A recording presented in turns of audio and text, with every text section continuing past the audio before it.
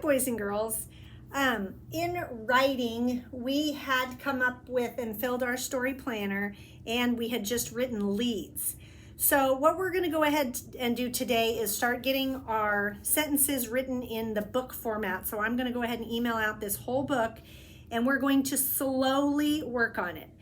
And I have to tell you something else. I kind of looked ahead for the next couple weeks, and we're going to go ahead and get some of this down on the book, but just because we've written it on the page doesn't mean we're done with it. Okay, sometimes we're going to go back and look at some pages and maybe go through things and cross them out or change them and add dialogue. So if I were you, I would write in pencil so that you can change it, because do you think that writers, when they sit down to write a book, do you think they write it perfect the first time and then they turn it into a publisher and they're like, oh, this is great, we're just going to put this on the shelf and sell it? No. Sometimes they write it 20 times before they get to publish it, and they continue to make changes to it. So we're going to kind of do that and practice feeling out what that's like a little bit with this book.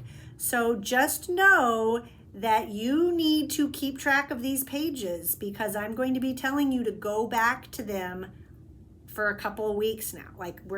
This book right here is going to take us about 2 weeks to get through. Okay, so we're going to do a lot of baby steps and a lot of going back and revising. That means making changes.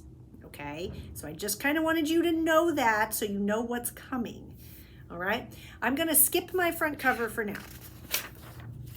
I'm going to go ahead. So the first page is always the lead, right? Well, we wrote our lead yesterday. So wherever you put the lead down, if you put it on Seesaw, go back in Seesaw in your journal and find it.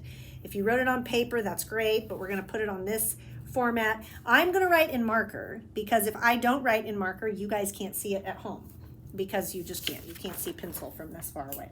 So I am going to write mine in marker. So here's my lead, okay? I'm taping it up here. Remember, mine started with, on a dark and stormy night, owl heard a lady cry for help. So I'm going to do that, and I'm going to write it here. On a dark and stormy night,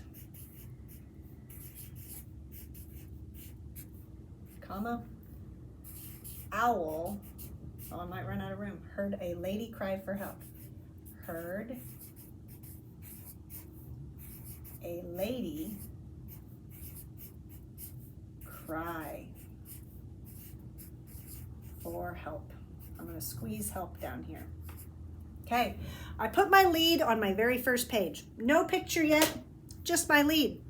Now, I'm going to go back and look at my story planner, right? The lead we did yesterday, here's my story planner. I'm going to look at my first event. So here I said, there was a storm, owl heard a lady cry for her lost dog. Well, I kind of already moved that into my lead, so that's okay. See, I'm changing things up again, because that's okay. That's what authors do. Okay, they never know until they're working on it. So let's see, what do I say happened next? Owl searched all night.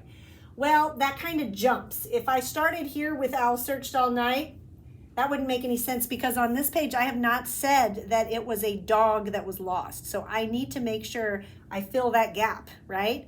Good writers start here, they read what they wrote, and then they think, what would make sense to smooth that over instead of jumping?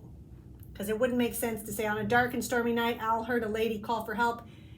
Owl searched all night for the dog. What dog? The reader has no idea there's a dog. So I need to add that. So let me think how I could smooth this over. On a dark and stormy night, owl heard a lady call for help. How about this? Before I write, I'm going to say it out loud. What if he swooped for a closer look and realized her dog had run off? Does that sound good? Owl swooped closer, like he flew closer to see what was going on. Okay, here we go. Owl, remember, it doesn't have to be perfect. I'm going to go back and change it. Like, owl swooped.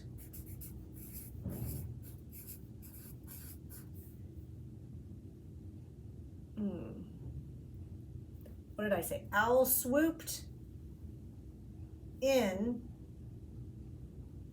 swooped in and noticed she was calling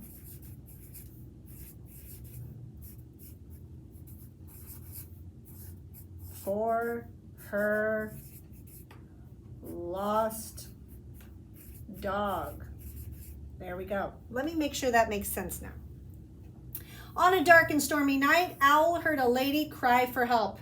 Owl swooped in and noticed she was calling for her lost dog. Yes, that's smooth and it makes sense, right? So I'm going to stop today because today the goal was to get our lead that we did Friday on the first page and our first event here. And we want to make sure we read the lead and plan for the next page to make sure it's a smooth story, not choppy. Did you see how many times I read this before I wrote this? And I thought about it in my head, how it would make sense. I didn't go exactly off of this. This is just my thinking. But I had to change it a little bit when I wrote it so it was smooth. All right? So that's what you're going to do today. You can take a picture of your first 2 pages to send me so that I can see that you have done that writing today. Do not lose it. Keep it in a safe spot.